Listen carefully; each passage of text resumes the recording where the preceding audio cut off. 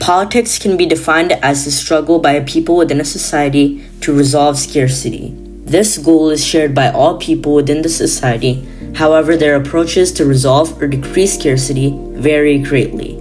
Many men have attempted to map out the various political ideologies. Such attempts include the political compass, Nolan Chart, Eysenck's model, and Inglehart's cultural map.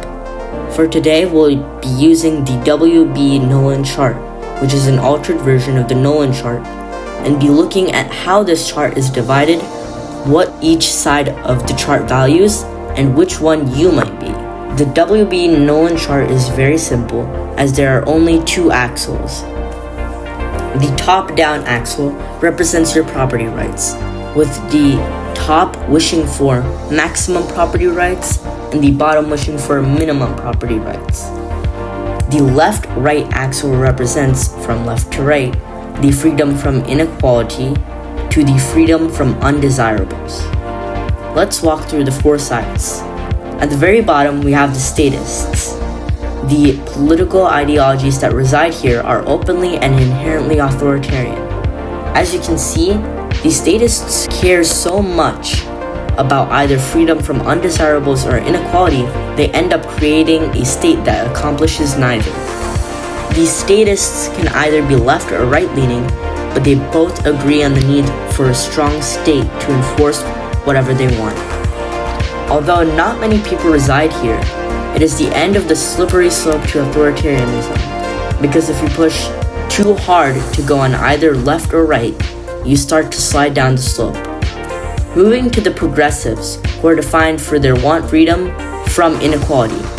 Progressives believe that society must push for things that liberate humans from various inequalities, and to create further equality by means of redistribution that increase in government intervention the further left you go. Progressives push for mainly free services and increased government regulation to enforce equality. Moving to the conservatives, who are defined by their want for freedom from undesirables. To reduce ambiguities, the freedom from undesirables is not the freedom to a society with people you deem undesirable, but things and actions you deem undesirable. For example, many conservatives wish for a society without abortion. Conservatives push for, determined from how right-leaning they are, banning specific actions, to banning specific beliefs, and then to the farthest left, banning certain people groups. Conservatives reject moral relativism and wish for a single national identity which overarches the smaller individual ones. Finally, moving to the libertarians, who are defined by their want for absolute freedom. Libertarians wish for a small state, knowing that the state is the cause for most undesirability and inequality.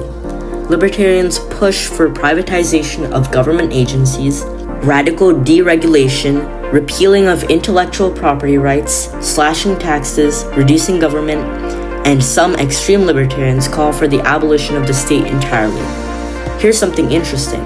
For both progressives and conservatives, there is a phenomenon known as the statist slippery slope, in which they use increasing government power to push for their objectives as the logical conclusions of both a conservative and a progressive's agenda is an aggressive monolithic state that they can only hope does what they wish it to do.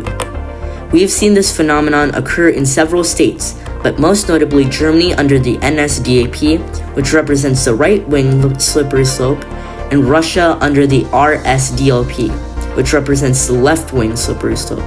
Now, you might be wondering why I chose the Nolan chart rather than the more famous political compass. This is because there are many flaws to the political compass, mainly that you can answer the questions with contradictory responses. For example, you cannot answer yes for reducing government and simultaneously also answer yes to more government programs. Also, another fundamental issue is that the political compass doesn't account for the fact that right-wing and left-wing authoritarianism and libertarianism are essentially the same.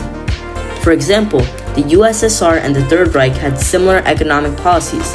This isn't to say that their interests or ideologies were aligned, but the implementation of such practices are effectively identical. This would lead people to creating contradictory political ideologies, mainly anarcho-socialism. The very definition of anarchism and socialism contradict each other, but this contradictory ideology still has a place on the political compass. The W.B. Nolan Chart takes this into account, the political realities of implementing these political systems. So, where do you see yourself? Are you a progressive, conservative, libertarian, or authoritarian?